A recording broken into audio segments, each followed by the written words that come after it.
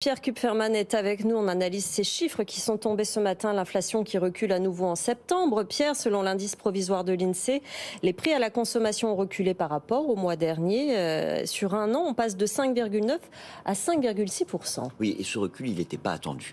Le consensus tablait en fait sur une stabilisation.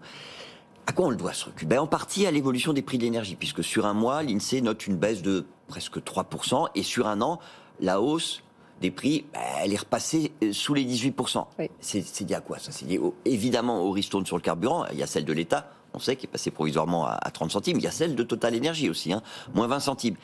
Et ce qu'on note aussi dans les derniers chiffres de l'INSEE, c'est à la fois l'envolée des prix des produits alimentaires, qui s'intensifie, quasiment quand même 10% de plus sur un an, et puis les prix des services qui, pour le moment, ont tendance à reculer, tout ça dans un contexte où la consommation des ménages stagne. Zéro, elle n'a pas du tout bougé, effectivement. La France qui, pour ce qui est de l'inflation, Pierre, fait de plus en plus bande à part en Europe.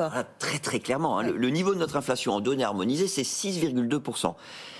Et donc, non seulement on a aujourd'hui le plus bas niveau de l'Union européenne, mais l'écart avec la moyenne de la zone euro est de plus en plus élevée, puisqu'on est quasiment à 4% de différence. Je rappelle que la moyenne dans la zone euro, c'est 10% maintenant.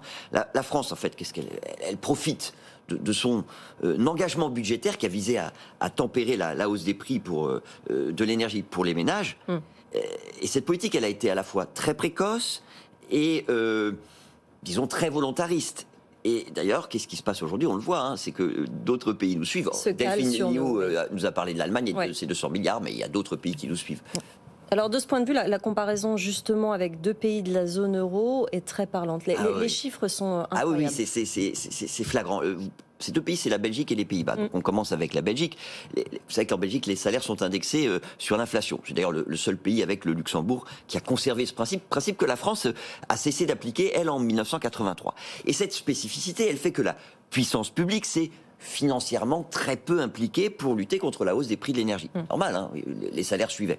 Bon, et du coup en Belgique, l'inflation vient de passer à 12%. Et 12%, c'est un niveau que le pays n'avait plus vu depuis 1975.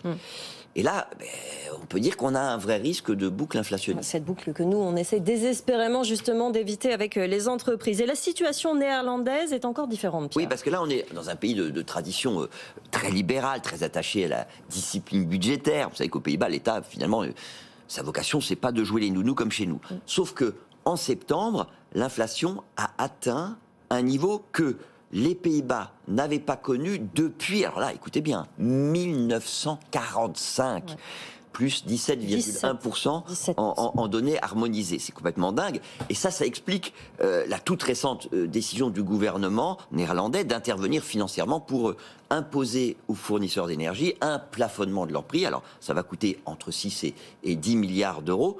Et ça devrait faire redescendre la pression, disons, à partir de cet automne, sans doute à partir de novembre.